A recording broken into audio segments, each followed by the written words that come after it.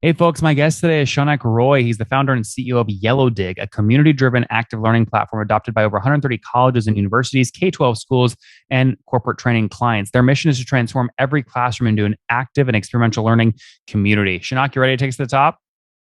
Yep. Happy All to be right. So, here. so who's paying for this? Is it the universities directly or is it the students? We have both. So some cases the universities pay for it, but a lot of the cases students will directly pay either through the bookstore or they will pay through a credit card. How do you manage it? I mean, those are very different sales motions. Schools are hard to sell. Students, it's easy to sell, but they churn way more. That's right. So we make it easy for our clients to adopt our technology. So if you imagine, most of our clients are higher education institutions, and they have long sales cycles. So we make it easy for any professor who wants to use our technology. They can either go to the institution and say if they want to buy a license. So we, in that case, would sell a enterprise license directly to the school, and we have many clients like that. But otherwise, if the professor themselves just want to try it, they can go to their bookstore like a Barnes and Nobles, and look for YellowDig. We are a Barnes and Nobles partner, so we are pretty much in all over the country. So just the way you will buy a textbook, you'll buy YellowDig, Hmm. and you can add it into the learning management system and use it in the classroom. Hmm. So in that case, the bookstore would kind of directly kind of charge the students through the system that are already in place. So if you look at all your revenue from last year, what percent was direct to consumer versus through the school? Direct to consumer is a new business model for us. We launched it in the beginning of 2020. So that's a segment which is growing for us right now. We expect that to grow rapidly in this year. But right now, I would say it's about 20% of our revenue. Okay, so 20% is the teacher watching into Barnes and Noble or the student walking into Barnes and Noble. The other 80% is direct to the university. That's right. Okay, interesting. So let's talk about that. What does the average university pay you per month or per year to use YellowDig? So our pricing is by the course. So the way the product is used is a faculty or a group of faculties would decide to use YellowDig as they're teaching any subject area.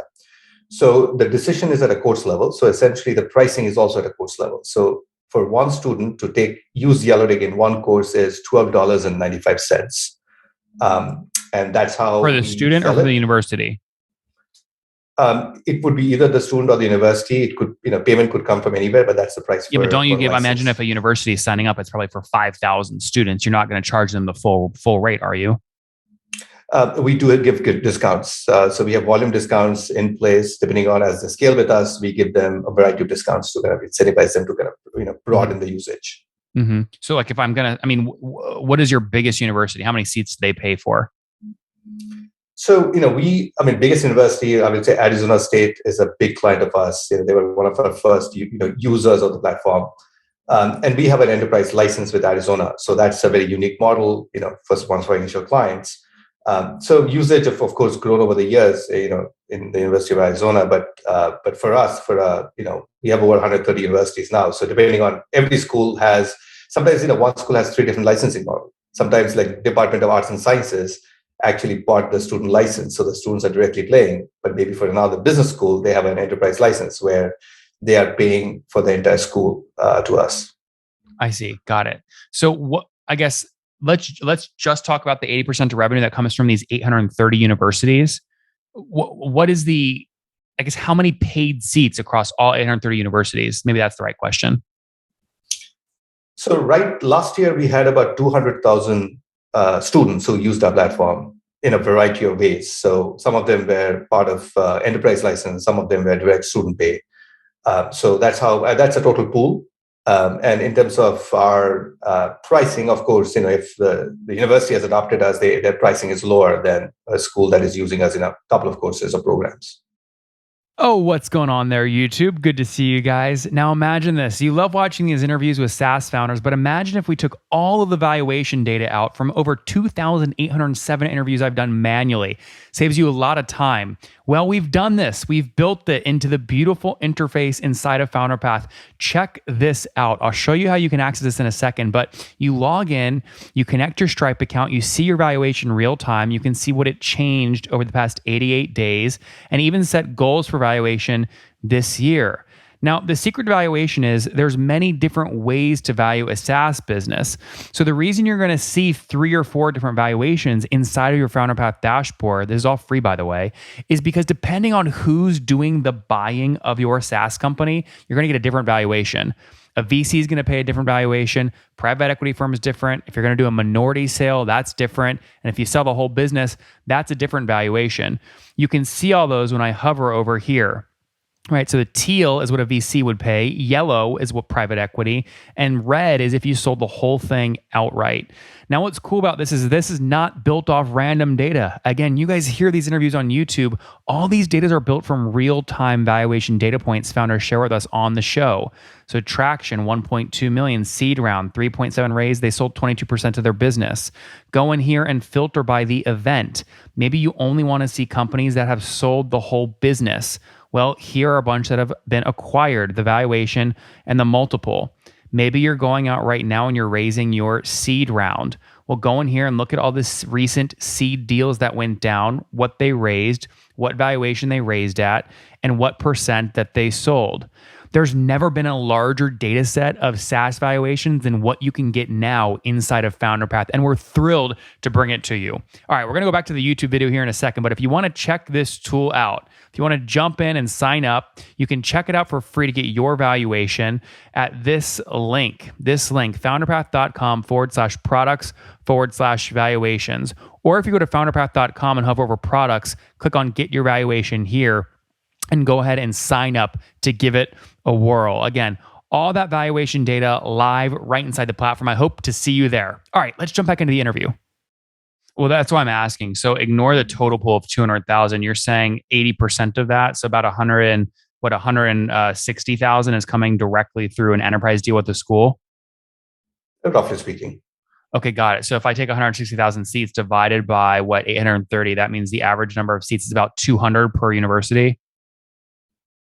Yeah, that sounds reasonable. Okay. So if a university is listening right now and they reach out to you and sign up, what are you going to charge them per seat for 200, if a 200 seat deal? So for us 200 seats, the first question is, are those 200 students in the same class? So sometimes we start with an intro level class where they have a 200 to 500 students in the same course. So in that case, it would be $1,295 per student per course. That's how they will get started. If it's across 5 courses, so then let's say a student is going to use Yellowrick for the entire program, and they're taking, let's say, 5 courses for that program. In that case, they have to pay Yellowrick 5 times. That's how it's designed. So if they're starting small, like 200 seats, that would be our out of the box, essentially, consumer price.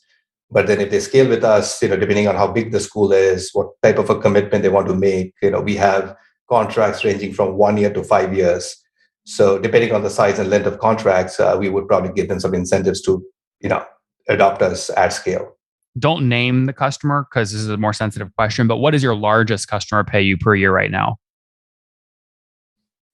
Our largest customer, I think, over $300,000 a year. Per year. Okay. And that is what? 10,000 seats, 1,000 seats? I don't have the number, but they are pretty big. Yeah. Okay. Interesting. Give me more of the backstory here. When did you launch this? I launched Yellowrick back in 2015, but we went through a pivot in 2019. So the first generation of the product was in the market for about 3 years.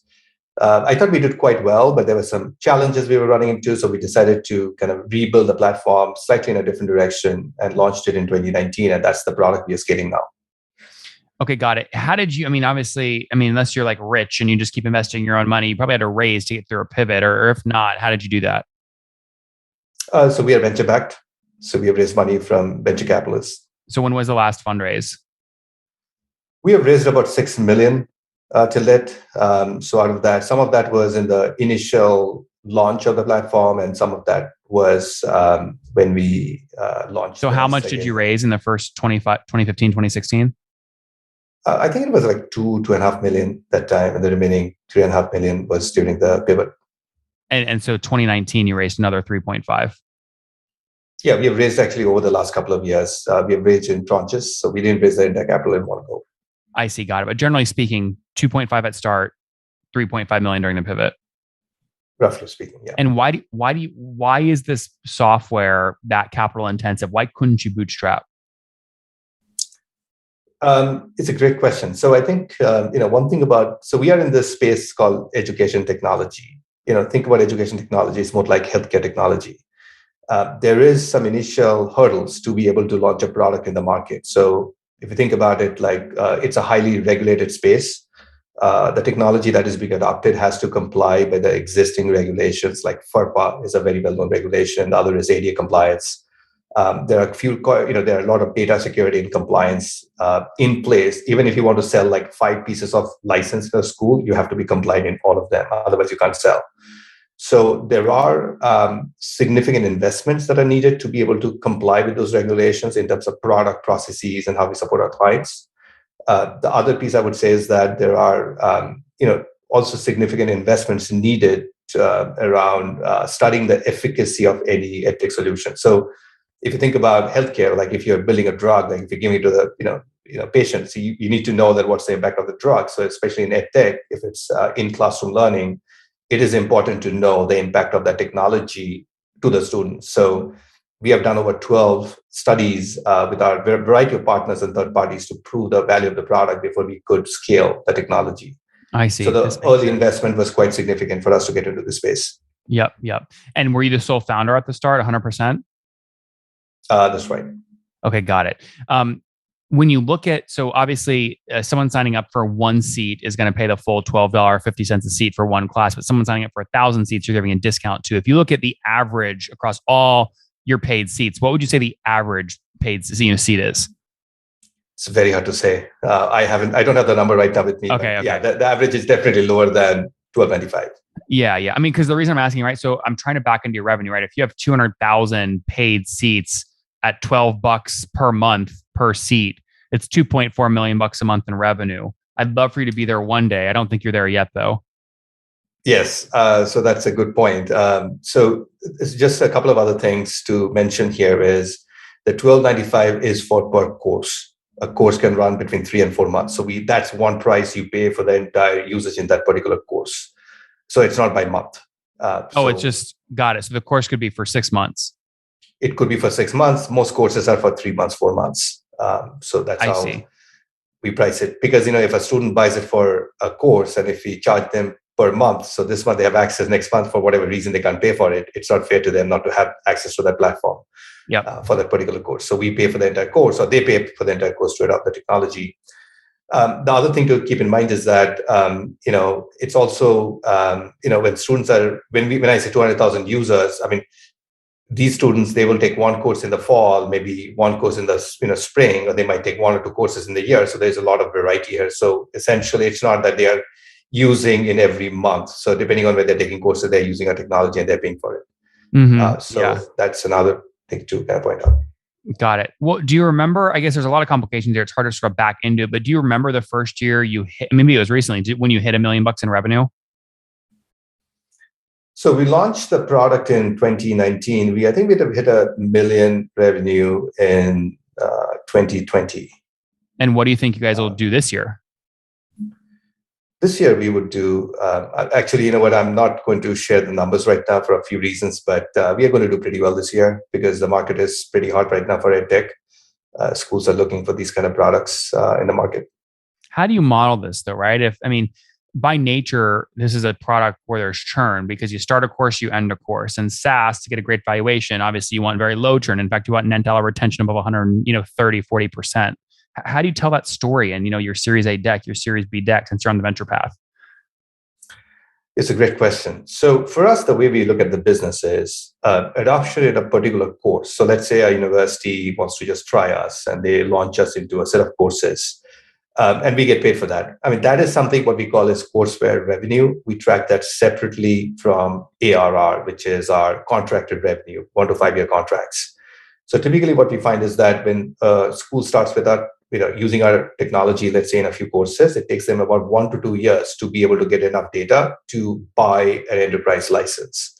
So our enterprise license is always the goal. We want to sign up 5-year deals with all our clients, but we take them through the journey in terms of land and expand to that enterprise level. So that's the business model for us.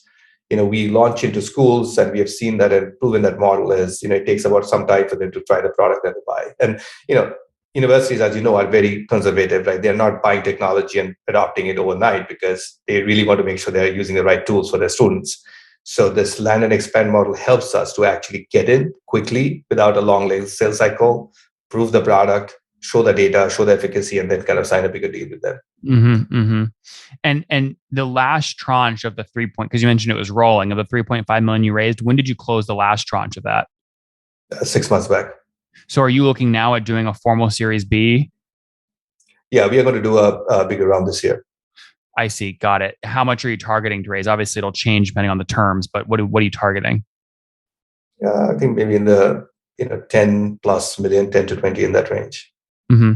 And I mean, if you're going to go raise like 10 million and sell the average 10 to 20% of your business, you got to be able to validate $100 million valuation. I mean, what do you think you have to grow revenue to in order to get and be able to tell a story of 100 million valuation?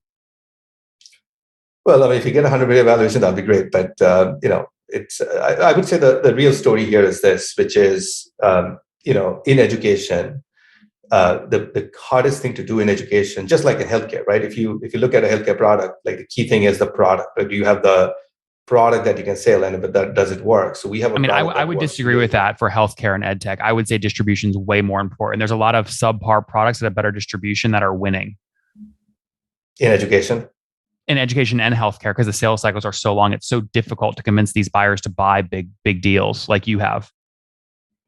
Yeah, so 100%. So I mean, sales cycles are also very, very important. But in edtech, there are so many companies, there are so many technologies available. Showing the product that really works is also very important, and that is where a lot of investments go initially. So we have a product that works really well. I mean, we have done studies now with, as I said, over 12 universities. We drive higher retention, higher engagement, in a pretty high level, and that has a huge impact on the school. So I think our biggest advantage right now is that we have that technology that works. Now, of course, in terms of sales and, building up a sales force to be able to scale it to every colleges and universities, I mean, that's where the investment is going to go. So, EdTech is quite different from, let's say, an e-commerce site where you can, set up a site and, sell things online, which is, it's low friction to kind of get into business. But EdTech has a slightly different way of kind of, scaling these businesses. Of course. Yeah. What's your team size today? We have about 30 people in the team now. And any quota carrying sales reps or no? Yeah, we have a sales team of about 5 people now. They all carry a quota? Yeah. How did you come up with that? A lot of people struggle to scale a sales team. You mean like scaling the team? How did you come up with a quota? Yeah, the initial targets for new sales hires. We have to be realistic. So, when we started the process, we started scaling the team last year. So, for last year's goal was to kind of build up the pipeline and build a relationship. So, flexible. Year one, we are very flexible. Year two onwards, we start to put a quota on top based on what we see some of the salespeople. I mean, if you hire 5 people, if somebody is kind of going and hitting a certain number, we know that that's possible. That's kind of when we implement for year two. That's kind of the bar we set for the rest of the team. Of the 30 people, how many are engineers? About like 12 people are engineers brought in the engineering team. Okay, interesting. Okay, very cool. So looking at raising, past called $1 million run rate in 2020. To be able to go out and go from a 3.5 Series A to 10 million, you got to be, I would say at least tripling at this stage. So, do you guys think you can get above $6-7 million in ARR contracted ARR this year? We'll see. It's hard to say right now, but yeah, of course, we are talking to a lot of people right now. So we'll see how quickly we can grow. But, is it fair to say since 2020 though, you've grown at least 100% year over year? Since 2020, last year? So 24 months ago. No, 2020. That would be 2 years ago. That's right. If we look at, it was close to 100%. I don't know whether it's 100% exactly, but yeah, close to that number. Around, got it. So you go from 1 million to 2 million to around 4 million today, hoping to continue to scale past there. Yeah, that's kind of what we're expecting. Interesting. Well, that's a heck of a story. I'm rooting for you guys, though. In the meantime, let's wrap up here with the famous 5. Number 1, favorite business book. Good to Great. Number 2, is there a CEO you're following or studying? I love Elon Musk. Number 3, what's your favorite online tool for building the business? Slack. And number 4, how many hours of sleep do you get every night? I get plenty of sleep, 8 hours. 8 hours, Shaunak. Okay, very good. And what's your situation? Married, single, kids? Kids. Not married? Yeah, married. Okay, married with kids. How many kiddos? 2. 2. Okay, and how old are you? 42. 42. Take us home here. Last question. Something you wish you knew when you were 20. Well, take life easy, I would say. I was probably stressing myself too much at that age.